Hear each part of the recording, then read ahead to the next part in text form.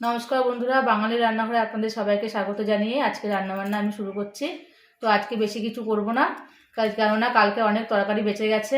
তো আজকে শুধু একটা রেসিপি আমি করব, আর সেটা হলো ভোলা মাছের ঝাল, শুধু পেঁয়াজ দিয়ে আর মশলা দিয়ে করব। তো পুরো ভিডিওটা আপনারা আমার সঙ্গে থাকুন। তো মাছের জন্য এবার আমি পেঁয়াজটা ঝিরিঝিরি করে কেটে নিচ্ছি।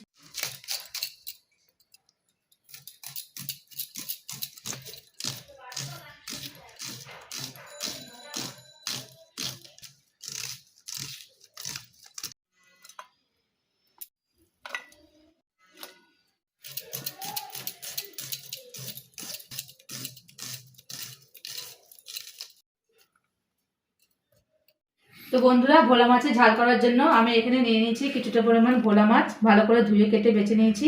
এবার আমি মাছগুলোর মধ্যে নুন হলুদ মাখিয়ে নেব। লবণ দিয়ে দিচ্ছি, এবার দিয়ে দিচ্ছি হলুদ গুঁড়ো। খুব ভালো করে এবার মাছগুলোকে আমি মাখিয়ে নেব।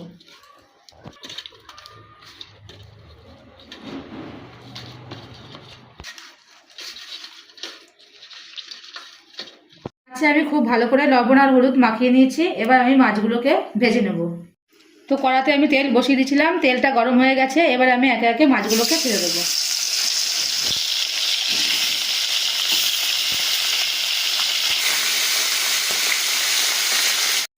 তো মাছ ভাজাটা আমি বসিয়ে দিয়েছি কড়াতে। মাছটা ভাজা হতে হতে আমি মাছের জন্য মশলাটা করে নেব। তো মশলায় আমি নিয়েছি কিছুটা গোটা সর্ষে, গোটা জিরে, আর নিয়েছি শুকনো লঙ্কা, কাঁচা লঙ্কা মিশিয়ে।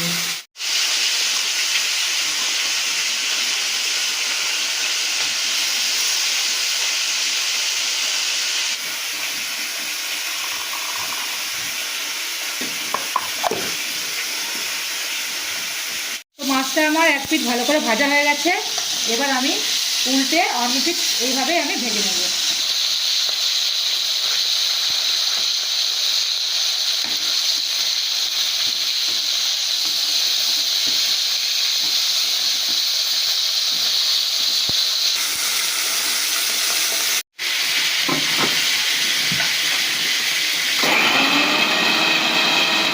মাছটা আমার ভালোভাবে ভাজা হয়ে গেছে। এবার মাছগুলোকে আমি তুলে নেব।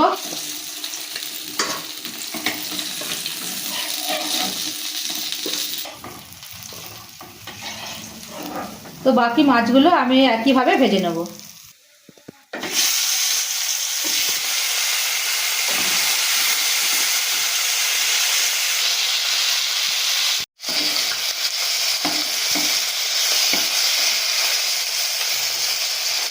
তো বন্ধুরা, মাছগুলো আমার সব ভালোভাবে ভাজা হয়ে গেছে।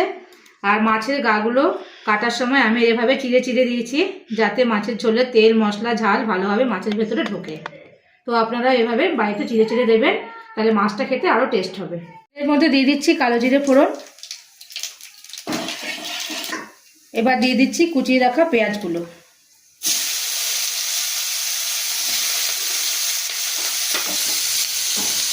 পেঁয়াজটা একটু ভালো করে ভাজা ভাজা হবে, তারপর আমি মশলা দিয়ে কষাবো। পেঁয়াজটা আমার খুব ভালোভাবে ভাজা হয়ে গেছে। এবার আমি পেঁয়াজ ভাজার মধ্যে দিয়ে দেবো বেটে রাখা মশলা।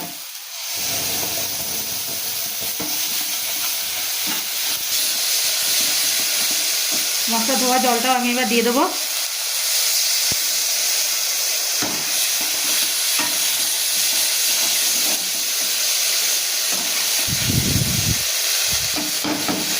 এবার দিয়ে দিচ্ছি স্বাদ মতো লবণ, দিচ্ছি সামান্য হলুদ গুঁড়ো। পেঁয়াজ আর মশলা এখন আমি খুব ভালো করে কষাবো। তারপর সামান্য পরিমাণে একটু জল আমি এতে দিয়ে দেবো।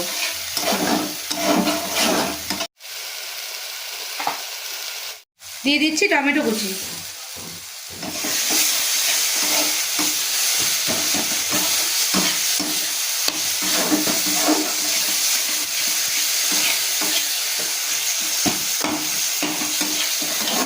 তো আমার মশলাটা খুব ভালোভাবে কষানো হয়ে গেছে।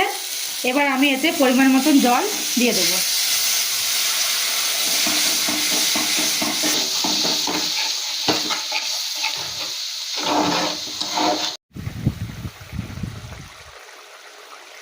ঝোলটা আমার খুব ভালোভাবে ফুটে গেছে। এবার আমি ভেজে রাখা মাছগুলো ঝোলের মধ্যে দিয়ে দেবো।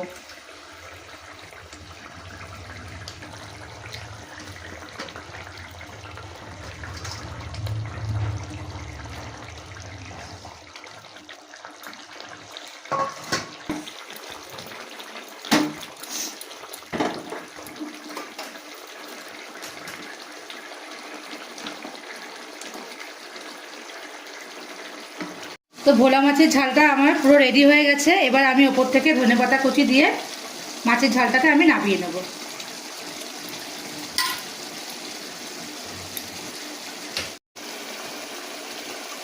মাছটা আমার পুরো হয়ে গেছে, এবার আমি মাছটাকে নামিয়ে দিচ্ছি। কালারটা হয়ে গেছে, কিন্তু গন্ধটাও ভালো হয়ে গেছে। তো বন্ধুরা, রান্না তো আমার আজকে হয়ে গেল। তো আজকে যেহেতু একটা রেসিপি করেছি তাই বেশিক্ষণ টাইম লাগলো না। কালকে যেহেতু অনেকটা তরকারি রয়ে গেছে তাই ভাবলাম আজকে একটাই করব। তো আজকে রেসিপিটা যদি আপনাদের ভালো লেগে থাকে আপনারা বাড়িতে ট্রাই করবেন, আশা করছি ভালো লাগবে। আর যারা ফেসবুক থেকে আমার ভিডিওটা দেখছেন তারা আমার চ্যানেলটিকে ফলো করে আমার পাশে থাকবেন। আর যারা ইউটিউব থেকে দেখছেন তারা আমার চ্যানেলটিকে লাইক, কমেন্ট, শেয়ার এবং সাবস্ক্রাইব করে আমার সঙ্গে থাকবেন। ধন্যবাদ।